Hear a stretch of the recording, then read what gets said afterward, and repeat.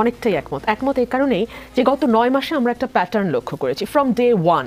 সেই প্যাটার্নটা হচ্ছে, শুরুতে আমরা মনে করেছিলাম উত্তেজিত জনতা, একটা ট্রমার মধ্যে আছে দেশের মানুষ, একটা 15 বছরের বিভৎস সময় আমরা পার করেছি, সবকিছু মিলিয়ে আমরা কিছুটা সফটলি হয়তো দেখা শুরু করেছিলাম, এবং সেই সফটলি দেখার সুযোগে আমরা দেখলাম যে 100-র উপর মাজার ভাঙা হয়ে গেল, আমরা দেখলাম নারীদের কাপড়ের উপর মরাল পুলিশিং চলে আসলো, আমরা দেখতে পেলাম বিভিন্ন জায়গায় হই হুল্লা করে কিছু মানুষ ঢুকে যাচ্ছে, হয়তো সেটা আওয়ামী লীগের নেতার প্রাক্তন কোনো স্ত্রীর বাড়ি কিংবা আওয়ামী লীগের কোনো নেতার আত্মীয়র বাড়ি হতে পারে, এবং সেটাকে ভাঙচুর ভ্যান্ডালাইজ করা হচ্ছে। সকল কিছুই আমরা দেখতে দেখতে দেখতে দেখতে এমন একটা সময় আসলাম, মাঝামাঝি সময়ে, যখন আমাদের চিফ অ্যাডভাইজার নিজেই বললেন যে আমাকে ছাত্ররা নিয়োগ দিয়েছে এবং ওরা চাইলে আমি যে কোনো দিনই চলে যাব, অর্থাৎ খুবই চাকরিবিধি অনুযায়ী ঠিক যারাই নিয়োগ পারি তারাই তাকে সরিয়ে দেওয়ার ক্ষমতা রাখেন।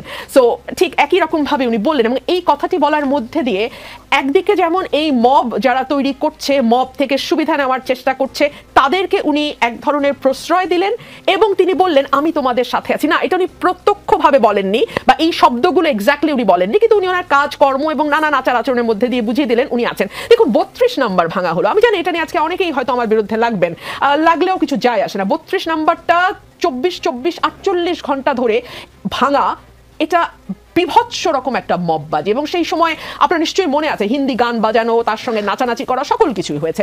এরপরে আমরা দেখলাম যে যেই মবের ব্যাপারে বলা আছে যমুনার একটা মানে লক্ষণ রেখা টানা আছে, তার বাইরে আসলে গিয়ে কেউ যমুনার কাছে মিটিং করতে পারবে না, কিন্তু আমরা দেখলাম যে সরকারের নিজস্ব দল, যেটাকে আমি রাজার দল বলি, তারা কিন্তু ঠিকই যেতে পারলো, এবং তার পরপরই আমরা দেখলাম আওয়ামী লীগকে নিষিদ্ধ করার একটা ঘোষণা আসলো।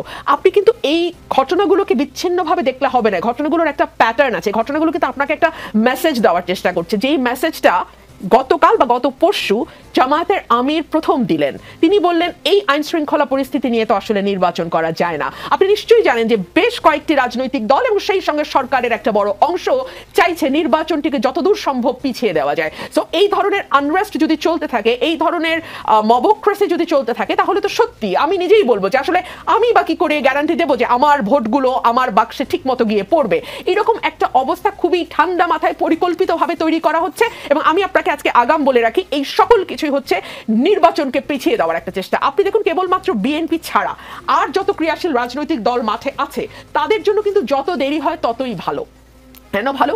এনসিপি মাত্র দলটা গোছাতে শুরু করেছে, গত 3 মাস বা 4 মাস হয়েছে তাদের বয়স, এবং তারা এখন যেই জায়গাগুলোতে যাচ্ছে, আমি তো দেখছি প্রতিদিনই মিডিয়াতে আসছে, ফেসবুকে আসছে, আমি দেখছি যে সাংবাদিক এবং ক্যামেরাম্যানদের আপ্রাণ একটা চেষ্টা আছে নিকোল। আমি নিজে তো জনসভা করি, আমি সেই আপ্রাণ চেষ্টা বুঝি, সেটা হচ্ছে লোক কতটা বেশি দেখানো যায়। সো আপনি এমনভাবে ক্যামেরা অ্যাঙ্গেল করবেন, এমনভাবে ফোকাস দিবেন যাতে আপনার মনে হয় অগণিত মাথা, আসলে মাথা কিন্তু কিছুই না, ওই দূরে যে রিক্সাটি দাঁড়িয়ে আছে ওই মানে লোকজনের শেষে ওই রিক্সাটিও দেখা যায়, ভ্যান গাড়িটিও দেখা যায়। সো যাই হোক, মিডিয়াও চেষ্টা করছে আপ্রাণ লোক দেখানোর, বাট ওখানে যারা উপস্থিত তাদের তো আর বুঝতে বাকি নাই যে দলের আসলে অবস্থা কি।